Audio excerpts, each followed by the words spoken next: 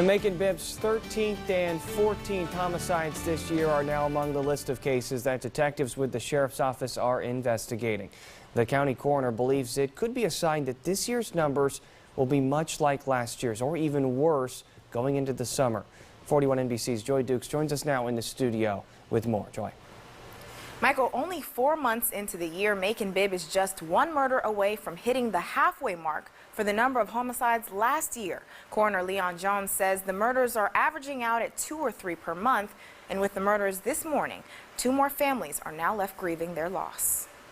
While the Bibb County Sheriff's Office is searching for clues in the double homicide early this morning in West Macon, family members of the victims are also looking for answers. It really hurt to know that someone could take my cousin's life over nonsense. Macon Bibb's 13th and 14th homicide victims are 23-year-old Kean Hogan and 21-year-old Deja Jordan. I couldn't imagine the grief and the pain that the parents are going through.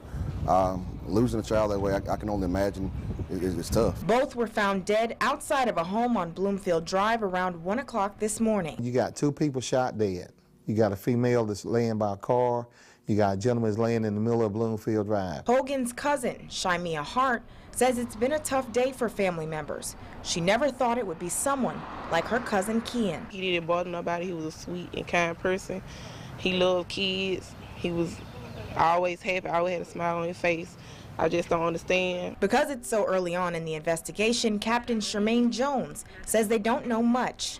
As far as details as to what actually has happened or the cause of the case, it's still kind of early in the case to tell exactly what's going on. So investigators are working around the clock, interviewing people, still canvassing the neighborhoods, trying to find more leads to follow. Investigators on the case are trying to piece together the events leading up to the murders.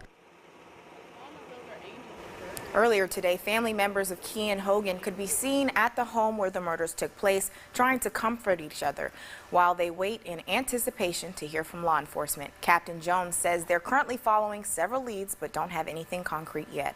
Michael. If you have any information related to this case, the Sheriff's Office is asking you to come forward. You can always remain anonymous. That number for the Sheriff's Office is 751-7500. You can also call Crime Stoppers at 1-877-68-CRIME.